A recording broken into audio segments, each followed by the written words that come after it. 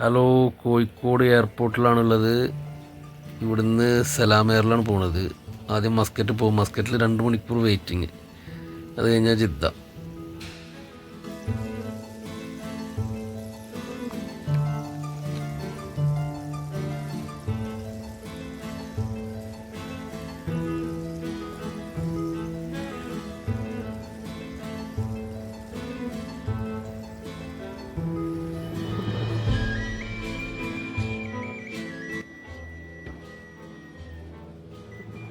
Okay, മസ്കറ്റിലെത്തി. ഇവിടെ 2 മണിക്കൂർ waiting ആണ്. Gate number 12B. അപ്പോൾ അവിടെ പോയിട്ടിരിക്കാം.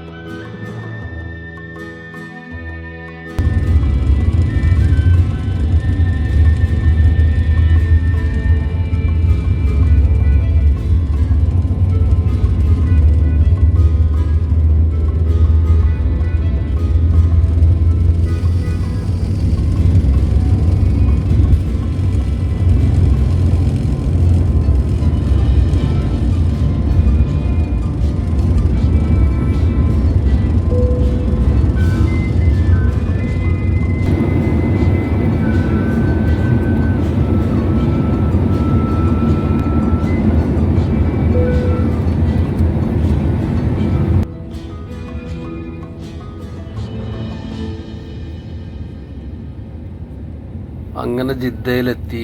5 മിനിറ്റ് കൂടി ലാൻഡിങ്ങിന്.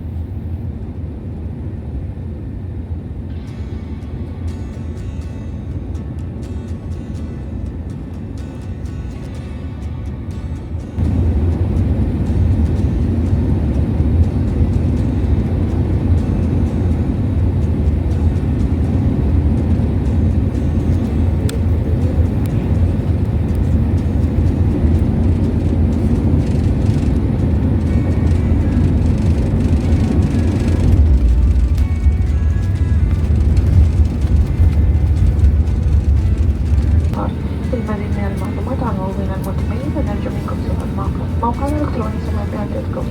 نتمنى لكم التوفيق وننتظر رؤيتكم مجددا على مطرح مقر السلام. نشكركم ونتمنى لكم صباحا سعيدا.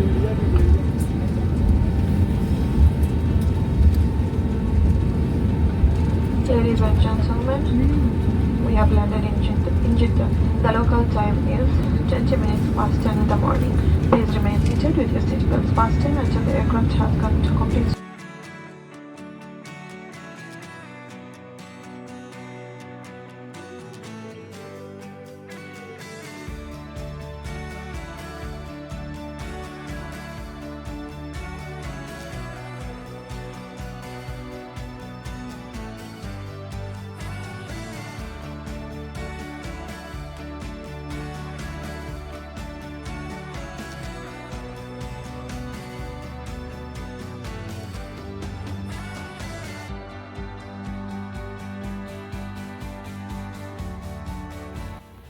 ഹായ്, നാട്ടിൽ നിന്ന് എത്തി.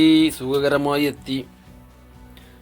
സലാമേറേന്ന് മസ്കറ്റിൽ ഒരു 1.5 മണിക്കൂർ വെയിറ്റിംഗ് ഉണ്ടായിരുന്നു. 2 മണിക്കൂറാണ് ടിക്കറ്റിൽ കാണിച്ചിരുന്നത്. പക്ഷേ 1.5 മണിക്കൂർ വെയിറ്റിംഗ് ഉണ്ടായിരുന്നുള്ളൂ. 11 മണിക്ക് ഇവിടെ എത്തേണ്ടത് 10:30 മണിക്ക് എത്തി. 1/2 മണിക്കൂർ മുമ്പ് തന്നെ.